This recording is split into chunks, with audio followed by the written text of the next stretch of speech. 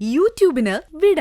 സൂര്യയിലെ എല്ലാ പരമ്പരകളും സംരക്ഷണത്തിന് ശേഷം തികച്ചും സൗജന്യമായി സൺ നെക്സ്റ്റ് ആപ്പ് ഡൗൺലോഡ് ചെയ്യൂ. കണ്ടാസ്വദിക്കാം നിങ്ങളുടെ പ്രിയ പരമ്പരകൾ. ഇനിയിപ്പോ എന്ത് പറഞ്ഞാലും അതിനൊരു സമാധാനം ആവില്ല. അജുവേട്ടാ, ഞാനൊന്ന് പറയട്ടെ, അതൊന്ന് കേൾക്ക്. വേണ്ടാന്ന് പറഞ്ഞില്ലേ? ഒന്നും പറയണ്ട. എനിക്കൊന്നും കേൾക്കാനും പറയാനും ഒന്നിനും താല്പര്യമില്ല. താൻ എന്താ പറയാൻ പോകുന്നതെന്ന് എനിക്കറിയാം. ഇനി ഒന്നും ആവർത്തിക്കില്ല, ക്ഷമിക്കണം എന്നൊക്കെയല്ലേ? എന്റെ ഭാര്യയെക്കുറിച്ച് മറ്റുള്ളവരുടെ മുമ്പിലല്ല, എന്റെ മനസാക്ഷിയുടെ മുമ്പിൽ തന്നെ എന്തൊരു അഭിമാനമായിരുന്നോ. എന്റെ ഭാര്യയെ പോലൊരു ഭാര്യയെ ലോകത്ത് ഒരു പുരുഷനും കിട്ടില്ല എന്ന് ഞാൻ അഹങ്കരിച്ചിരുന്നു. എന്റെ അഹങ്കാരത്തിന് ഇപ്പോ തിരിച്ചടി കിട്ടി. അല്ല, എനിക്കിത് വേണം. അത്ര ആഴത്തിലാ തന്നെ ഞാൻ സ്നേഹിച്ചത്. എടോ, ലോകത്ത് ഭാര്യയും ഭർത്താവും മാത്രമല്ല, ഏതൊരാളും പാലിക്കേണ്ട ഒരു മിനിമം കാര്യമുണ്ട്. എന്താണെന്നറിയോ? വാക്കിന് വിലയുണ്ടാവുക. അന്ന് ഞാൻ സ്നേഹസേനത്തിൽ പോയി വന്ന് എല്ലാവരുടെയും മുമ്പിൽ വെച്ച് കൂട്ടായി എടുത്തൊരു തീരുമാനമാണ്.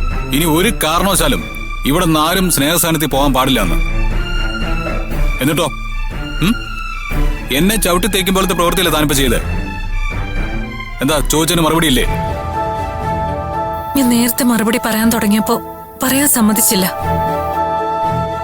അജുവേട്ടാ, ഞാൻ എത്രയോ പ്രാവശ്യം പറഞ്ഞിട്ടുണ്ട്, അജുവേട്ടനപ്പുറം എനിക്ക് ഈ ലോകത്ത് വേറെ ആരുമില്ല.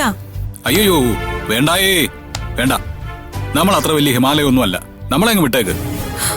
എന്നെ പുകഴ്ത്തുമ്പോ ഞാൻ മുമ്പ് സന്തോഷിച്ചിട്ടുണ്ട്. പറയുന്നത് സത്യമാണെന്ന് അന്ന് തെറ്റിദ്ധരിച്ചിട്ടുമുണ്ട്. ഇപ്പൊ മനസ്സിലായി.